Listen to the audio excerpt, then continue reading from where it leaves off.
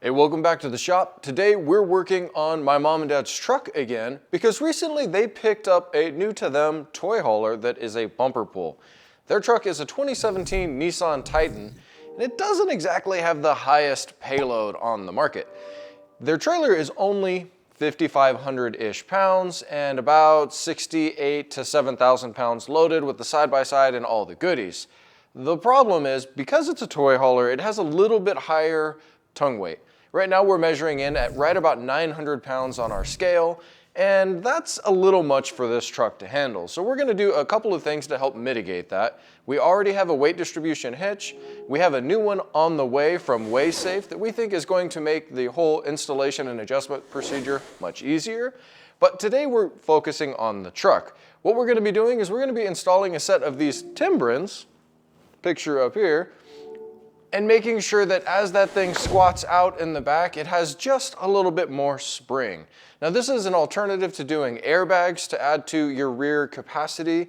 I say that in jest because technically you're not adding to the capacity. What you're doing is you're improving the function of the ride under that spring pressure. So let's jump right into it, get the truck here in the shop, and start pulling it apart. This should be fairly simple. All we're gonna have to do is pull the wheels, pull the bump stops, install the Timbrens. Much easier than when I put airbags on my truck, and we'll see how it reacts with the trailer on it. So first things first, we're gonna get the wheels off of this. We're gonna go one side at a time to make sure that, well, we don't do anything wrong. So pop that wheel off. If you're not using a lift, you're gonna wanna put the axle up on jack stands anyhow.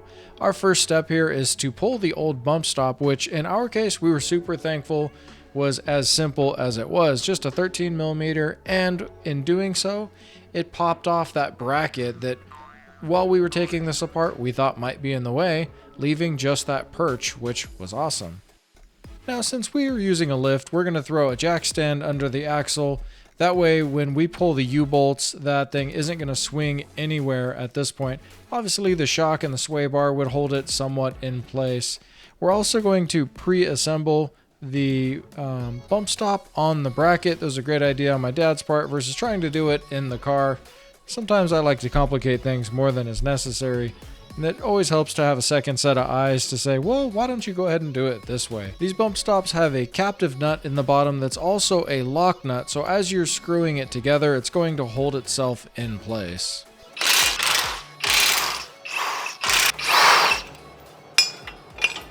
All right. Now I understand why you put the jack stand. Oh yeah. So we wouldn't be picking Otherwise- up the axle. Well, otherwise what would happen is as soon as we pulled the bolts, it would hang out off of the shock and the sway bar. And not be good for either one of them. No, it would probably be fine, but it's better to err on the side of Yes. caution. Oh, I agree. All right, Now I just lift those off. pop that. Now, there's a bolt there. Is there? I think there's a space, because that's your spring Yes. bolt. There is a space. Yeah, So it's perfect. so let's go ahead and clean out some of that dirt. Yeah. Now that we've got it apart, I'm all about keeping things clean, so I decided to pull out the wire brush and I'm gonna scrape up all the dirt where the bracket's gonna go, clean all of the threads, and then clean the bottom of the perch. You can see there's some superficial rust there. That's because water does get in and sits there a little bit. I suppose you could add a little bit of spray paint to that, sand it down to make it really nice. In this case, it didn't seem like that was entirely necessary. Ready? Yeah, let's throw her back in. Now it's time to get this guy installed. So we're gonna get the U-bolts up over top. We'll get the bottom plate on, get the nuts hand threaded in. We don't want to kill these with the impact gun. And then we're gonna drive them home a little bit of the ways with the impact gun. It's always important when you're talking about suspension to torque down the bolts that are of the most importance. And I would say the bolts that hold the axle to the springs, pretty important. We're torquing them to 90 foot-pounds here. We found online combination of 88 to 100 depending on the sources, so we went with 90.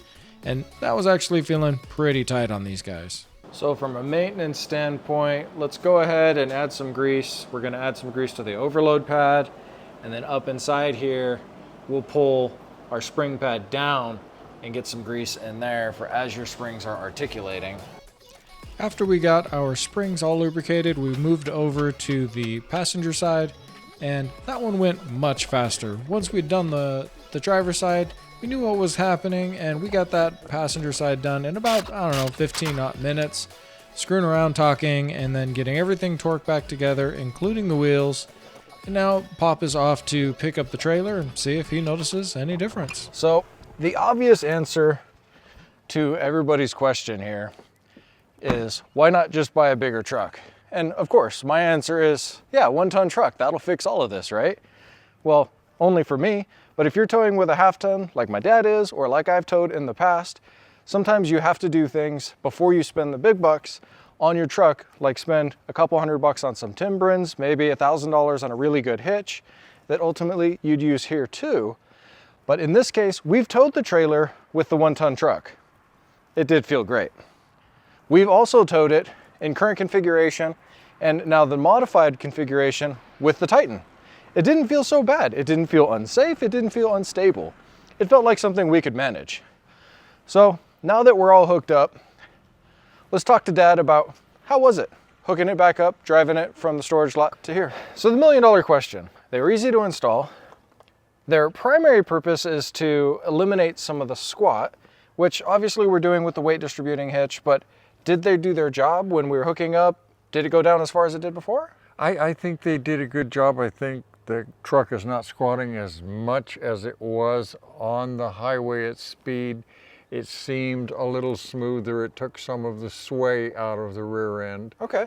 So for a nominal investment versus, you know, like my truck, having to spend $60,000 more than this one, it's a pretty big improvement, right? For a $300 investment, it was a big improvement. Okay. So moving from here forward, we're going to continue to test drive, go play in the desert, and enjoy it and see, do you really notice it? Are you feeling it when you're turning, stopping, braking, playing with the truck? And then we'll come back with kind of a long-term review to see, well, did Mom and Dad get a new truck?